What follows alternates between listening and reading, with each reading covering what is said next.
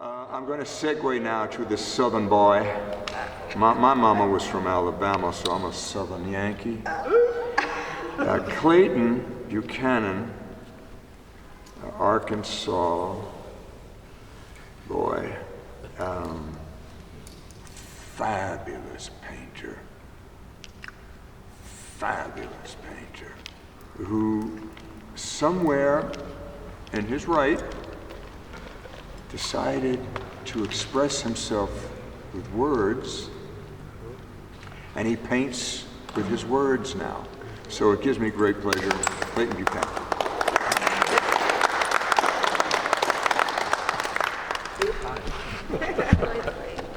Good to see you. Okay. Good to hear you. There you are, Clayton. See? Here we go. Just speak up, please. Speak up. Well, I will do that, I promise. A little bit about me. As Hayden said, I've literally painted all my life, but I've also written all my life too. I started writing in elementary school, and the woman who really spurred me on was my third grade teacher. Her name was Mrs. Crook. And as strange as that name might sound, she was indeed a crook. She was very tough on the students. And I think it benefited all of us, really. And one of the things that I always remember about those early writings was my parents would always tape a little something up on the door of the going into their areas where they stored their clothes and the cabinets and whatever. And I would walk by and I'd say, oh my God, I wrote that, but you know, and they always did it, and they always supported my paintings. My father had wanted to become a painter, and his father would not let him pursue the arts because he said, you know, you can't make a living in the arts.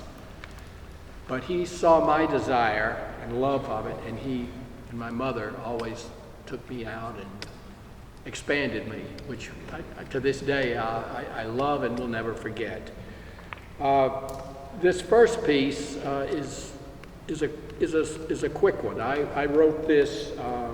I just finished it, I think, this morning, and it's entitled "Natural World Wonders." I awoke this morning at 4:30, having multiple imageries scanning through my brain, forcing me to jot down before being forgotten, viewing mentally Mother Nature's many resources of expression as they are laid out for the varied intakes to behold. Facial and body motions of animals, reptiles, trees, florals, insects, creatures of the seas, and then on into Mother Earth herself, landscapes of her grounds, rocks, ridges, mountains, rivers, waterfalls. The ongoing beauties are endless in their outreach to us all. We are the absorbing souls taught at early age from loving parents, family, and friends the importance of opening up to those wonders of life so offered by our dear Mother Nature herself each and every second of every day. One of my most uplifting endeavors is that of woman mankind, body motions and facial featuring of expressions that I am fortunately given the opportunity to view every day on this wondrous planet of life. Happiness, despair, and in-betweens of self are a fascinating uplift to that journey of living that miraculous life of self. And here's hoping may it continue. Thank you. This next piece is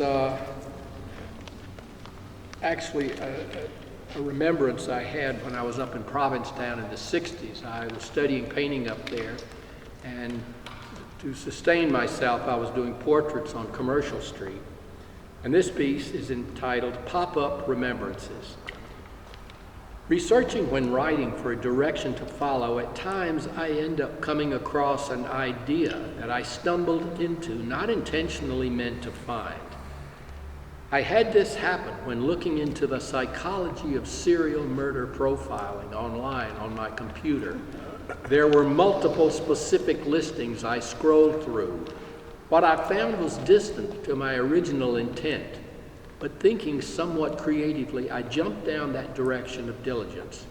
It was a remembrance I had of years back in my early life of 20 years. I was up in Provincetown studying painting and doing portraits on commercial. A woman walked by. I asked if she was interested in having her portrait done. She said kindly, "No thanks," and continued her walk. The next morning, while in my portrait space, I learned a woman had been found dead out on a beach walk path. I learned later it was the woman I had asked. She had been raped and killed. If she would like her portrait. A very sad time, even to this day of thoughts. And over those next years, apparently they never caught whoever did it. This last piece is one that I think I've read. It's one of my favorites, and it goes back to remembering years in high school. We were on a bus student trip, and it's entitled Kim Teal, His Day. Thinking back to those high school years of long ago, sometimes I remember this happening that I still do know. My sophomore year on a school bus trip we were on. This was when it occurred, and in my thoughts will never be gone. Kim Teal was my fellow classmate's name. He was bright and funny and loved playing any game. I was lucky this ride, sitting by his side. What was about to happen we would never, ever hide. Discussions we were having, light in nature they went that way, reliving these past moments of fun still alive this very day. Kim burst out saying, "You gotta see this, guys." We all laughed, thinking, well, how big will this be in funny size? Much more than funny this was in size, truly a mind blower for all us guys. Kim took a deep breath, held his nose with fingers tight. What came next was riding this galaxy in plain sight. As he seemed to blow out his held air, nothing for a brief moment did we dare. Before us what happened seemed a miracle in itself, but none of us thought of putting it away on a shelf. A big bubble of air was suddenly there, blown from the inside corner of his opened eye. As he closed the eye, the bubble went away into the atmosphere of our inside sky. He created that day one more bubble. We certainly had no seeing trouble.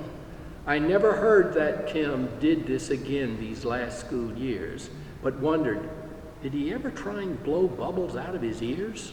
Thanks.